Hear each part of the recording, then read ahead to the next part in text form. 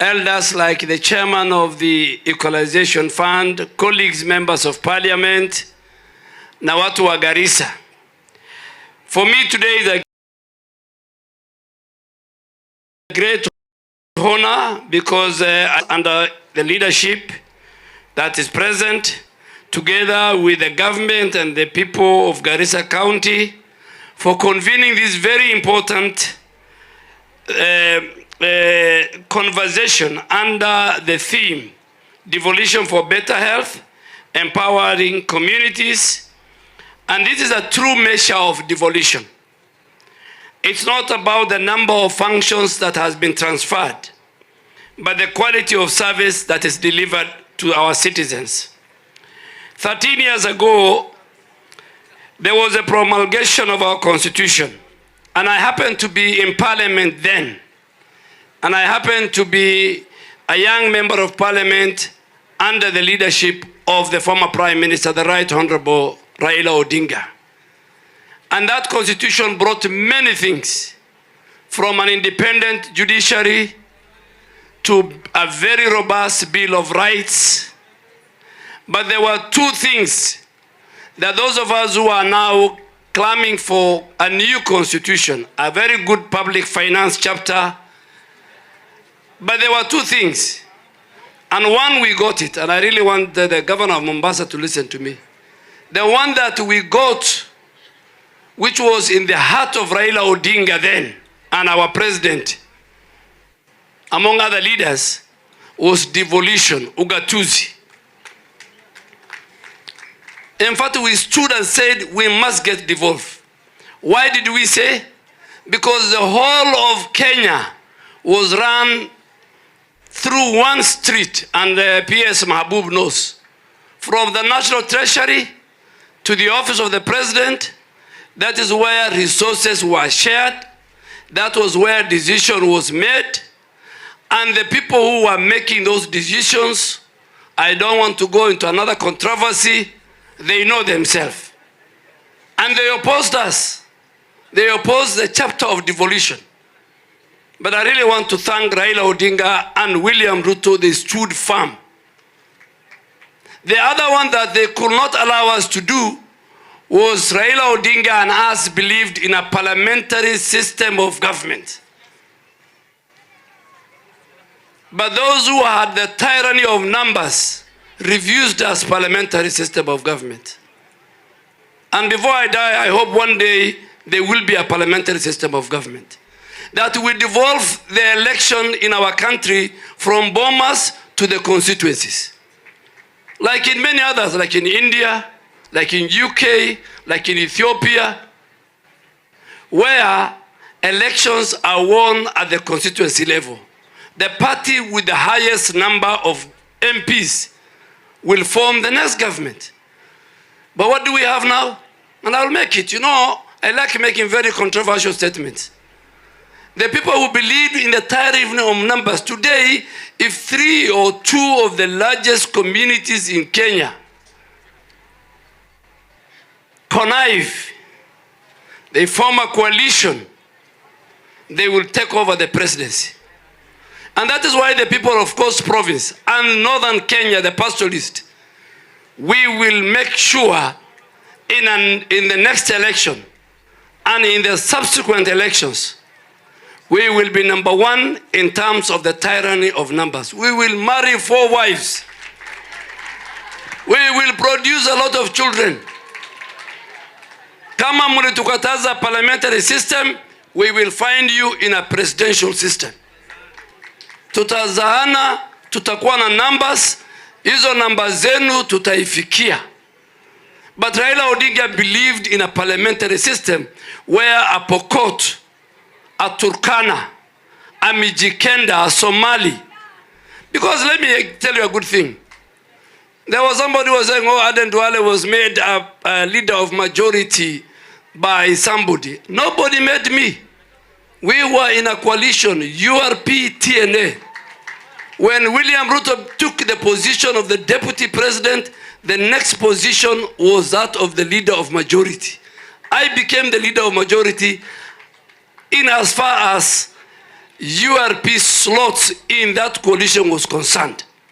And that is how Ekwe Thurwa Turkana also became the Speaker of the Senate. Nobody gave, in fact, the only person who can say he gave me was my party leader then of URP, William Ruto. You know, I saw a small girl from Kiambu ranting on social media. Small girl. You know, I was in Parliament when Michuki Kibaki was MP for Odaya, when the Right Honorable Raila Odinga was MP for Langata, and the person now who is a legal mind of the devolution, sitting behind you, Mary, was our legal mind. That is a man. That is a man. You know, people think devolution just came. We had technocrats like that guy, that professor. Today, I want to say without no fear of contradiction, as the Minister for Health and working with the Council of Governors, the transformation in the health sector reforms today by His Excellency Dr. William Ruto, from the equipment program in our hospital. Today, under the equipment program, you will find a CT scan in Garissa PGH. Today, you have the regional blood center in Garissa PGH. Today, you have the regional cancer center in Garissa, Mombasa, and Nakuru. And we are building one in Kisii, working with the Council of Governors. We are building the one in Jaramogi. Today, KEMSA has a high refill rate because of the collaboration with the Council of Governors. Today, if you go to Lamu County, King Fahd Hospital, where people used to die on the way from Lamu to Mombasa, today, under the progressive leadership of Issa Timami, you have an oxygen plant, you have an ICU, you have a CT scan, you have a pediatric wing, you have a private wing, just like we have it in Garissa PGH. Without devolution, devolution has challenges. The way even the national government, which has lived since 1963, has challenges. Mimi ndio najua, tangu nimekuwa waziri wa afya, my closest partners are the Council of Governors. Working with them today, we have posted over 6,200 interns in our hospitals. Paid for by the national government, working in our counties. Today, we are working with the Council of Governors to reduce the maternal mortality and newborn. Hawa governor na rais wamesema hakuna siku mama atakufa Kenya na mtoto atakufa. And governors, I want to assure you that number of 355 to 100,000 is not right. I had a meeting yesterday with AMREF, Global Health. In fact, Kenya is below 100. We saw there were 18 mothers who died from January to April. Working with him and his CEC and the PGH team, we put in place systems that made sure hakuna mama amekufa PGH. And I can tell you, since April last year, only 2 mothers died, and they were referrals from Tana River. And so devolution, what he has shown, I have been to the hospital. Hata kama utaki governor, utaki waziri, lakini ukweli lazima tuseme. Leo wa Kenya 32.1 million wamekuwa registered na SHA. Number 1 county is Mombasa. Wale wa Kenya 32 million wanaenda kwa hospitali ya county governments. The only thing now, the President Ruto, under his health transformation, and governors, let me tell you, as of yesterday, the Social Health Authority has paid 172 billion in 18 months. NHIF used to pay 3 months. Hawajapitisha 5.1 billion. By Monday yesterday, SHA paid 11.9 billion. The president is going to launch the National Emergency Ambulance Dispatch. Mkenya akikuwa mgonjwa katika barabarani, ile ambulansi ataitisha kwa simu 992, itakuja. Ambulance italipwa mafuta na kila kitu inalipwa na SHA, anapelekwa hospitali. The first 24 hours, hata kitaka ICU, whether he's registered with the SHA or not, he will be attended to. That is the transformation as national government we are doing with our brothers, the county government. So if you want to see devolution, success in devolution, as the Minister for Health, health is number one. What are we doing now? What the president is doing is saying, in every region now, we want to have a referral hospital like Kenyatta. In Mombasa, the governor has given us land. Out of the 15 hospitals we are going to build, Mombasa, there will be a referral at Chuda, I think. You have agreed with the president. Our governor has given the whole of northern Kenya, Garissa PGH, and I really want to thank him.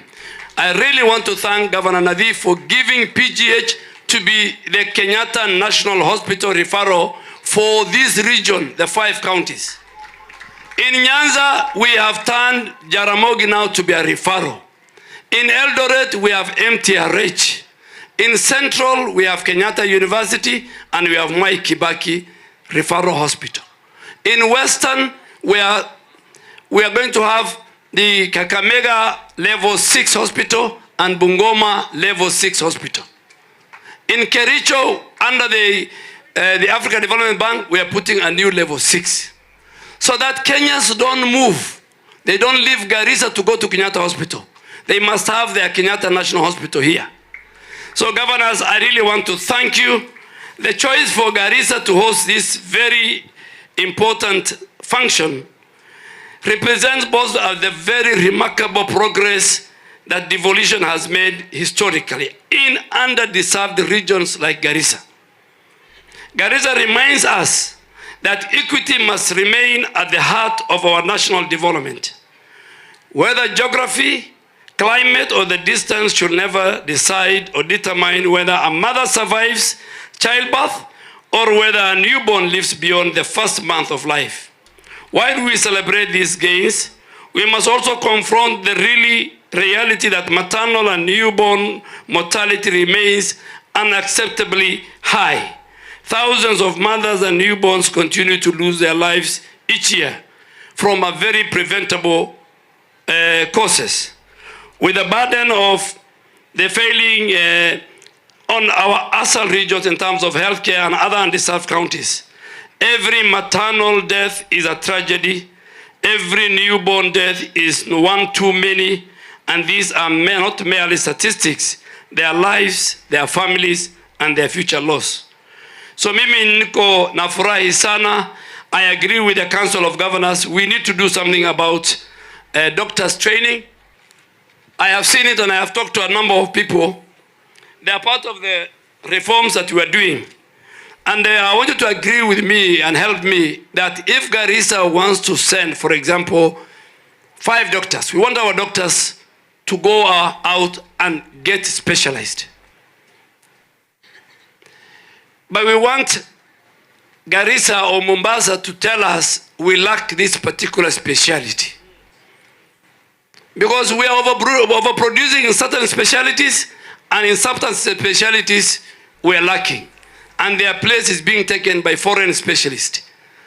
Ultimately, we want to turn our country to be the hub of medical tourism. And that is why, under SHA, I have gazetted only 37 ailments that cannot be treated in our country. If you can be treated in Garissa, or Mombasa Coast General, or Nyeri, or KNH, we don't want to go and give our money to another country for them to build the healthcare system.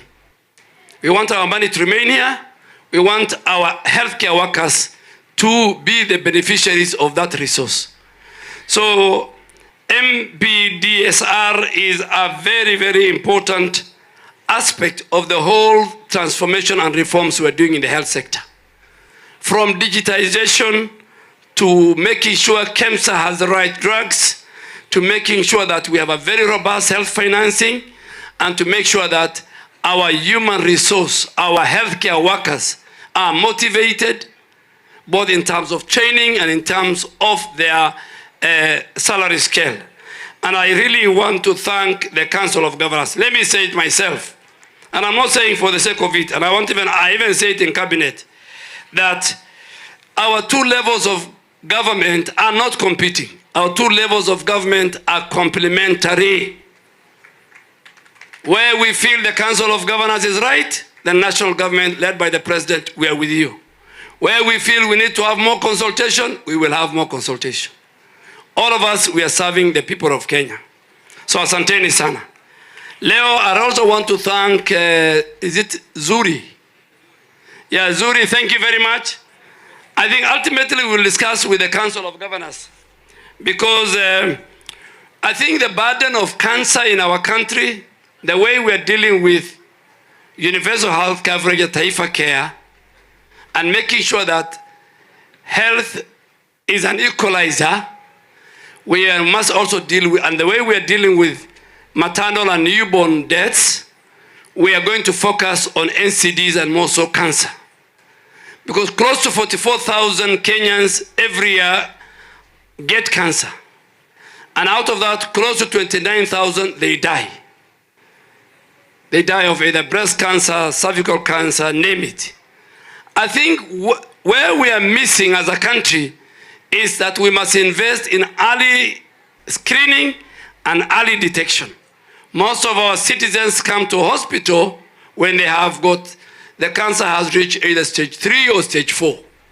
So this is something we are going to have with the Council of Governors, with the Cabinet, with the President, that we create mobile screening and the early detection vehicles moving in our villages, going to the markets, checking whether our mothers who are at the market. And there was a machine that we were launching in one of the counties, a mammograph, about 6 months ago. And the vendor was testing. And out of the 1,000 women that were tested, 20% had traces of breast cancer. These are women who are just selling in the market. So we must go to the people and test. And I really want to ask, and now it's part of the primary health care. We need to put in the primary health care. Hata ule jamaa, hata ule mtu ako na malaria akienda hospitali, katika hospitali kuna mahali ya kupima whether there are any traces. And I think this is something we are going to work. I think finally I really want to thank M-Pesa Foundation. The thousands of the people who are in the line, who are being treated. Our son now is a member of the trustee. I want to assure you, this with the Governor Nadif, this is, I think, the 4th medical camp we have done. And if we treat 2,000 people, you have seen that, I'm sure in the next 1 week, they'll reach 10,000. This is what you call bringing that leadership to the community. I also want to thank the provincial administration led by the DCC. Mimi nilisema, I will not go to a meeting. Hata nikienda harusi, lazima watu wa ID na watu wa registration wakue. Nilikuwa Lafey, nilikuwa Sako constituency weekend. Leo nimefurahi ID card na voters card, hata hawasikii maneno. I can see the line is still very long. Why are we doing that? You know, there are people who are saying, there's a man who is saying, ananapia kifua anasema ako na 7 million votes.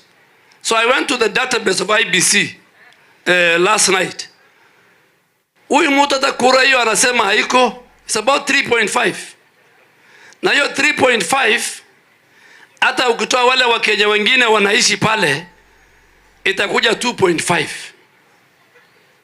Simulisikia jana anamwambia ati raisi ni nyoka.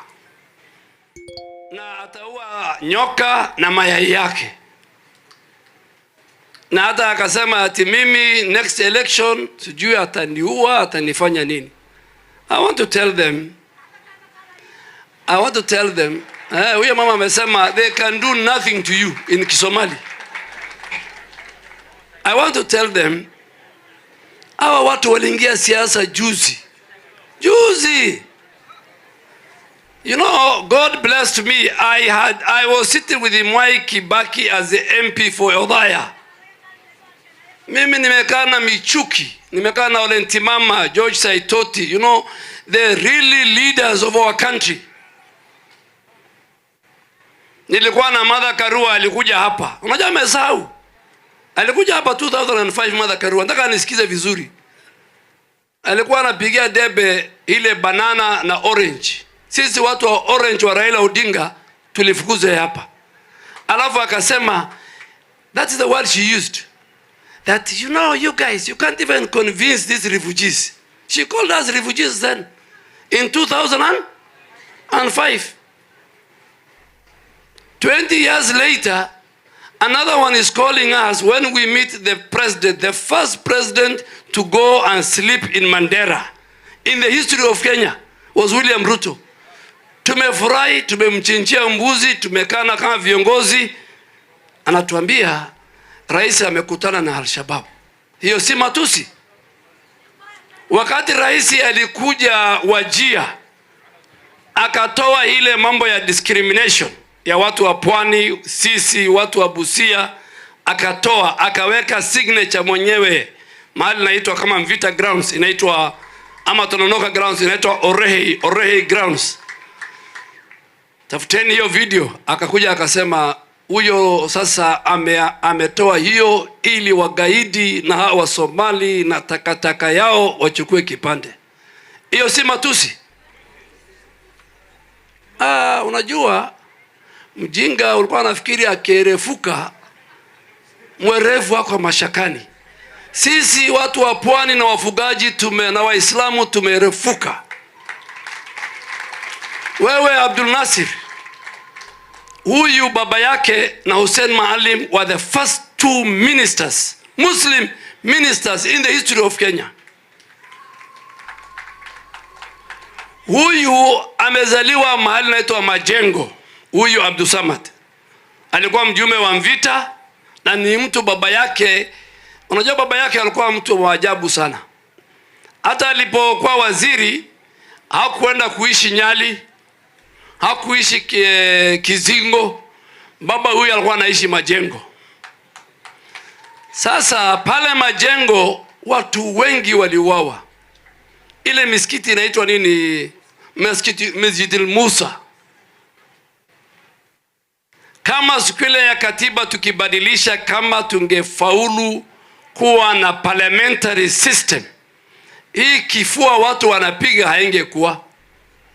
And maybe a time will come when Kenyans in their wisdom, because we don't want, if you have a parliamentary system, there will be no post-election violence. Because all the votes will be counted in the constituency. Whoever has the highest number, or the coalition of parties with the highest number, will form the government.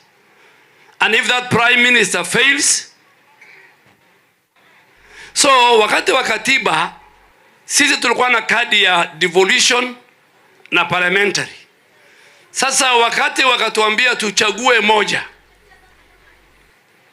You know that the lawyer is laughing, it's true. Wakatuambia you guys cannot get devolution and parliamentary system. Sisi tukaona, waja tuchukue ugatuzi. President Ruto, former prime minister, tukachukua hiyo.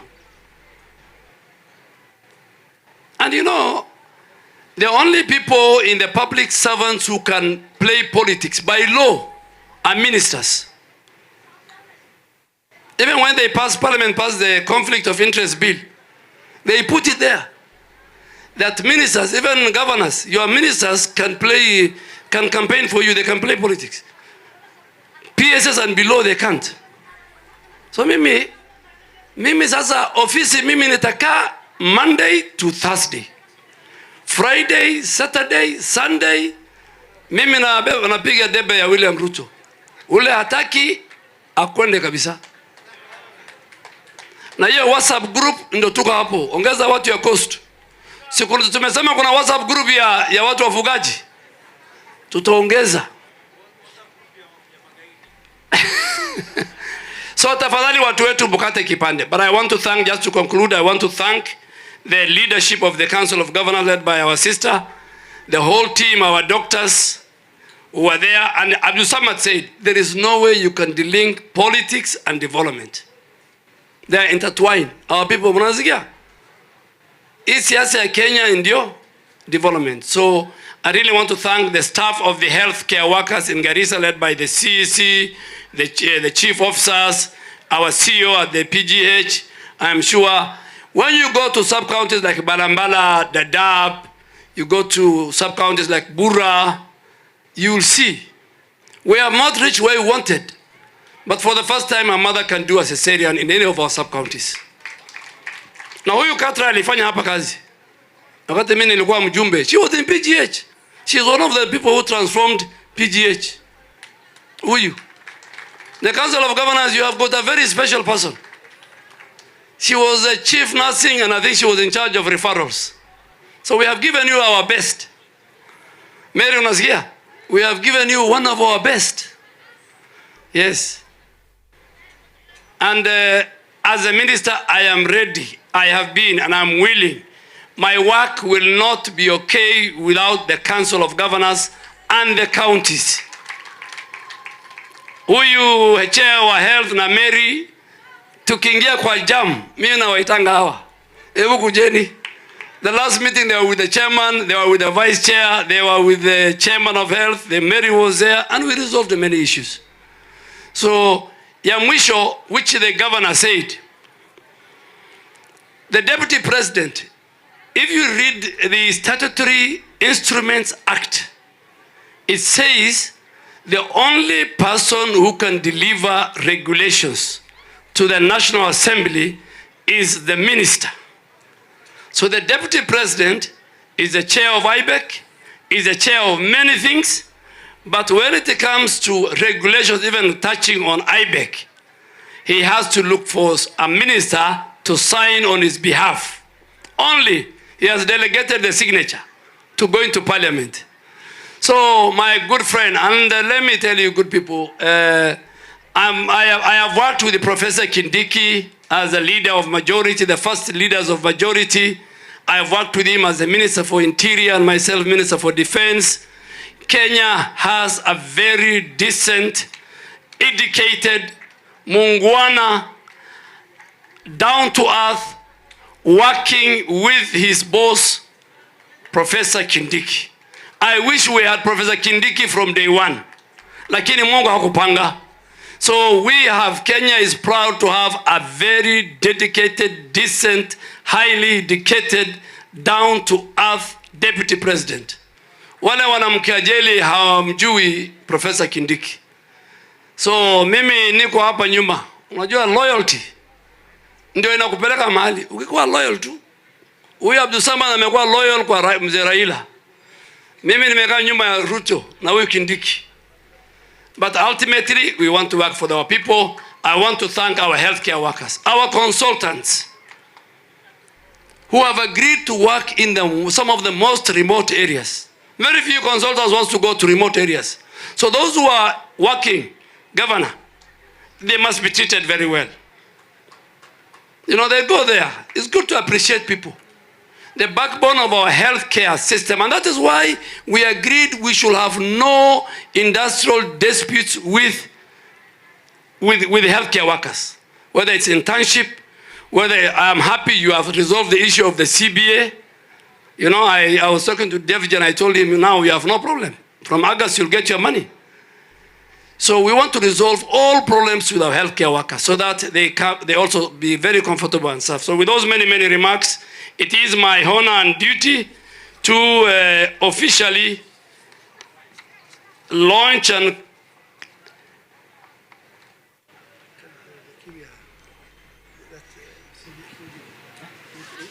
yes, that is a very constitutional day for us. That is our collective responsibility, and I'm happy that today all of us as leaders, we want to move forward. And I really want to ask the Council of Governors, let's continue. From here, we go to another county. and help me reduce and government reduce the maternal and newborn mortality. That should be our focus. Thank you, Governor. Thank you for bringing us. We are proud of you. Continue. Waziri, before you go, wajua watu wa Garissa saa zingine, we need to give them a bit of understanding on some of these issues. When we met and we agreed, me and you, and we discussed that we should turn Garissa Level 5 Hospital to Level 6. Yes. I agreed because I know the value of what it means to go to Level 6. Lakini watu wengine wakiwa pia wanasiasa wakasema kwamba labda wewe governor umeshindwa to run this hospital.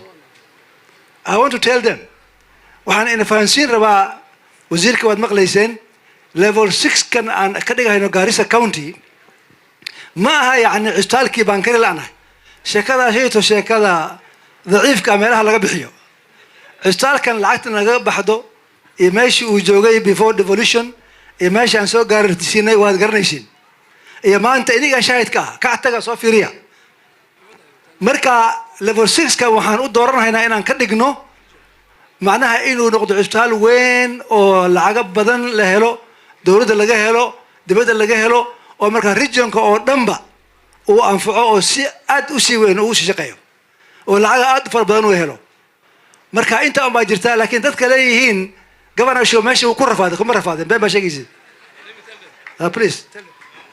In fact, for us to take over Garissa PGH as level 5 hospital, there are certain conditions. And the governor has done serious investment in equipment, in expansion. He is building the mother and child. You have seen it. So once we have the mother and child, we have the regional cancer center, we have the blood center. We have opened with him a new wards. We have enough theaters. It has qualified to serve now not only Garissa, to serve Wajir, Mandera, Marsabit, Isiolo, Tana River, and Lamu. And then we will upgrade some of our level 4s to level 5. Even within this town, we will upgrade Medina level 4 to go to level 5. Maybe upgrade 15 from level 4 to level 5. So the governor can now be busy with the level 4, level 5 and below. We are putting Balambala, you have seen it's coming up. We have level 4 in Modogash, in Bura. He will have the resources now for PGH, will be taken by the national government, and he now will take his resources to the level 4 and level 5.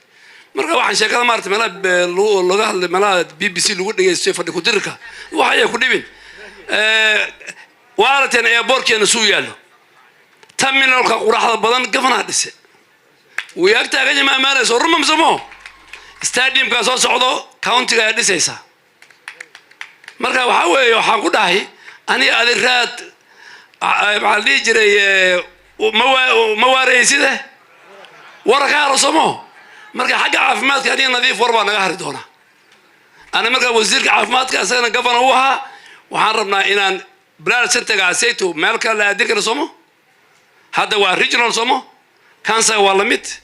So our governor has done, he upgraded, he invested both in human capital, and I am very happy that our staff at PGH now will transition. In fact, we are forming the transition committee with your CEC at Afia House, and we expect the national government to invest 3 billion in fact, starting with equipping the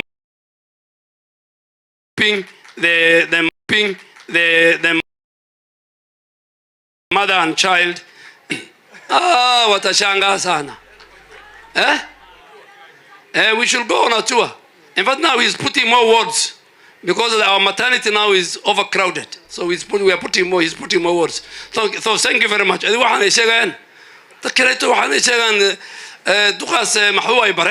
You focus on delivery. هدي نبي محمد يو أنبياشة يعني الدخل أيوة واحد لقى الشيء سو بقرا زين أرنكي نبي نوح يدونته ويلكي سادي أودا يعني بورتا فوري مرة ذكر الله بقرا كوي هذا شال كريرين سيد نبي نوح That's very good. I can see Mahmoud is laughing. So let's focus on delivery. وزيري واد ما سنتاي هذا المركز أنت عيد هذا أنا مدي له.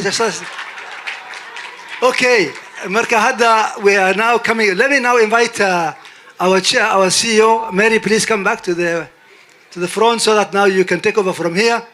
I know time we are not doing very well.